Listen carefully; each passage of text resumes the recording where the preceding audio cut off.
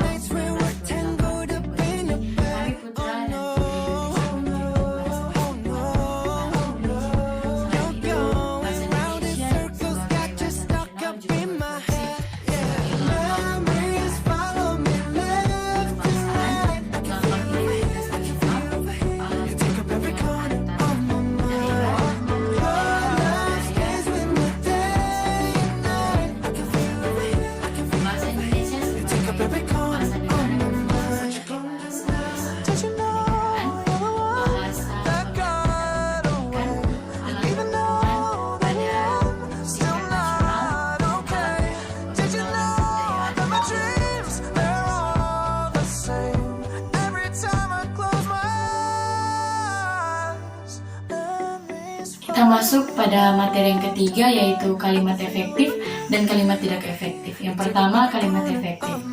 Kalimat efektif adalah kalimat yang dapat mengungkapkan gagasan sesuai dengan yang diharapkan oleh penulis atau pembicara.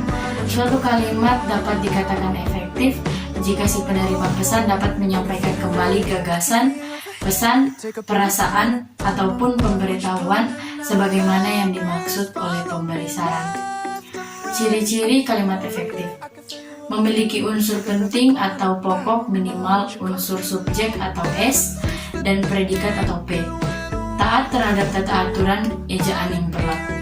Menggunakan diksi yang tepat, menggunakan kesepadanan antara struktur bahasa dan jalan pikiran yang logis dan sistematis, menggunakan kesejajaran bentuk bahasa yang dipakai, melakukan penekanan ide pokok, mengacu pada kehematan penggunaan kata, menggunakan variasi struktur kalimat.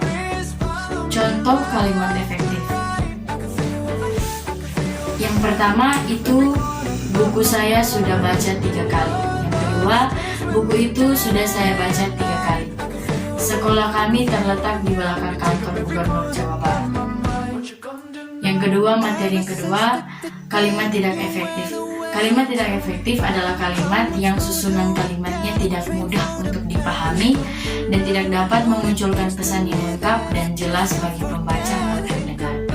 Karena pesan yang ingin disampaikan oleh penulis atau pembicara tidak mudah dimengerti, maka kemungkinan besar pembaca atau pendengar salah menerima maksud dan tujuan dari pesan yang disampaikan oleh pembicara atau penulis.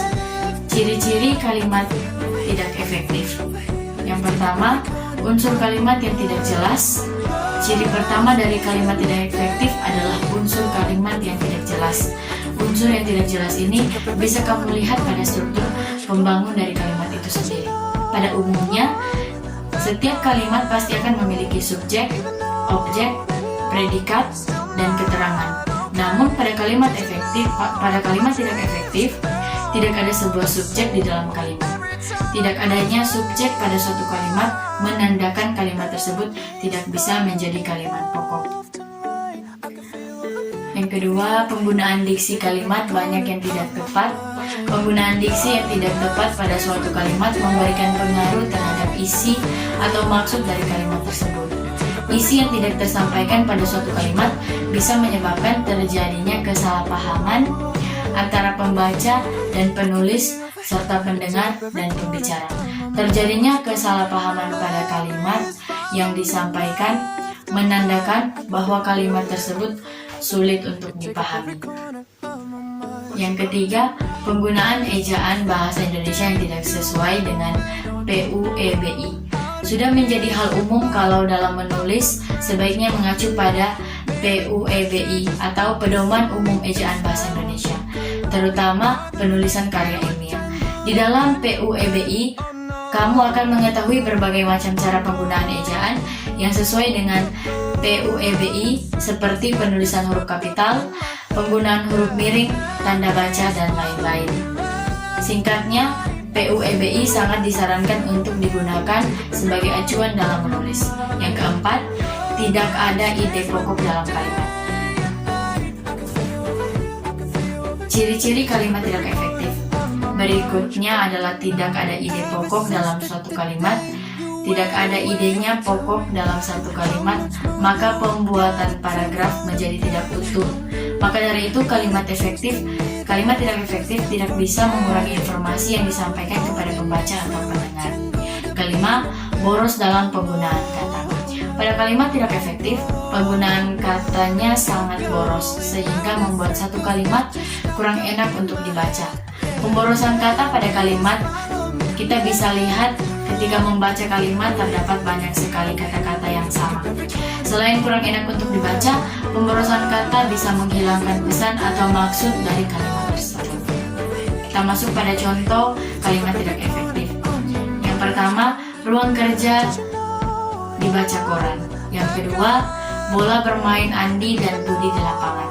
Dan yang ketiga, uang palsu harus dicek karena dilihat diraba dan penerawan.